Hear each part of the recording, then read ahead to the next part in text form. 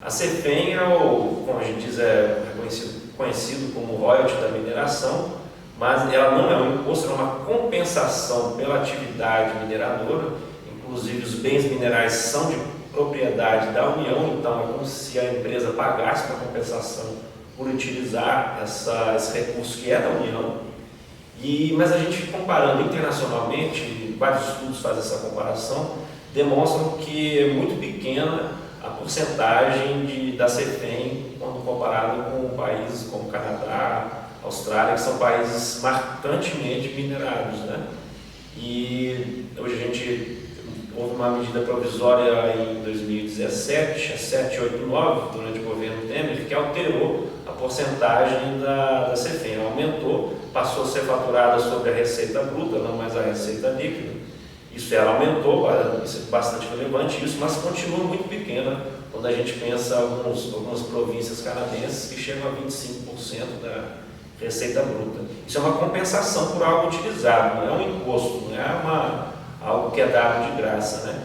E os postos de trabalho, já que a gente está citando essa dependência concreta, as pessoas precisam trabalhar, precisam sobreviver, são regiões pobres, então no dia a dia elas estão nessa luta por sobrevivência.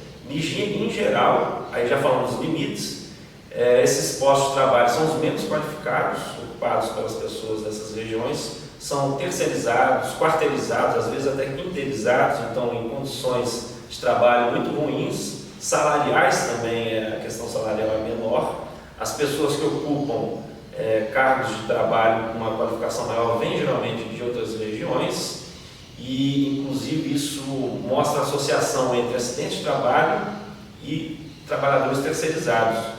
Dos trabalhadores da Mariana que faleceram, trabalhadores da Samarco, é importante dizer que os moradores também são trabalhadores, mas os trabalhadores da Samarco, a grande maioria, quase todos eram terceirizados. A relação de Brumadinho, a empresa Vale ainda não soltou para se demonstrar como a questão da transparência é problemática, né? Além disso, essa mega mineração a céu aberto, ela é intensiva em capital. O que quer dizer isso? A mesma quantia de investimentos direcionada para a mineração, se fosse direcionado para outra atividade, geraria muito mais postos de trabalho do que no caso da mineração, porque grande parte da extração é feita por grandes máquinas, perfuratrizes, caminhões fora de estrada, os bens de capitais gigantescos da mineração também que geram uma escala de extração e de impactos maior também. Então essa é a questão, estamos citando aqui então posto de trabalho e arrecadação, estou mostrando aqui os limites desses dois fatores e o que é de concreto, que as pessoas precisam. Além dessa dependência concreta, existe uma dependência que é política, que é instalada, as mineradoras, em geral, quando se instalam nessas regiões, elas financiam políticos, vereadores, prefeitos, e aí no nível maior, deputados federais, estaduais, às vezes, inclusive, presidentes, candidatos a presidente, governador. E em nível local isso é muito forte, porque a assimetria, a desigualdade dessa relação de recursos é muito grande a favor da empresa. Então existe uma estrutura política que é instalada lá. Várias vezes eu presenciei no plano diretor, na decisão do que ia ser o plano diretor desses municípios, a opção feita por políticos que eram financiados pela empresa mineradora de caminhos que iriam favorecer a mineração, ao invés de incentivar alternativas econômicas. Nos planos diretores municipais esse é um exemplo, mas existem vários outros exemplos.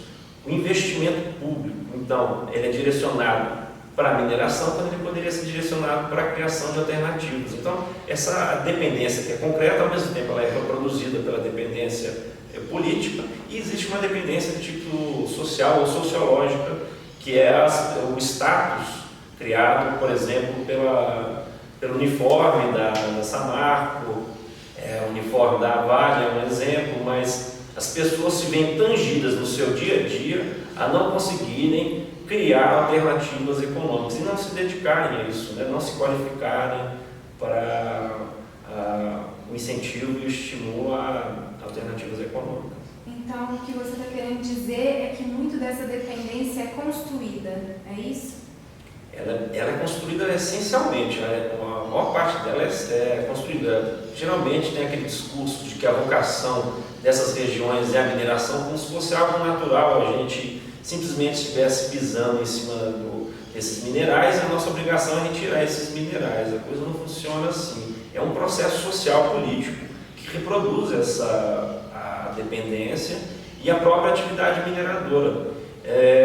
O investimento, por exemplo, em estradas municipais, por onde circulam caminhões e todo o aparato tecnológico, técnico das empresas, exige um investimento público. Então, onera a esfera pública, onera o Estado na sua esfera municipal.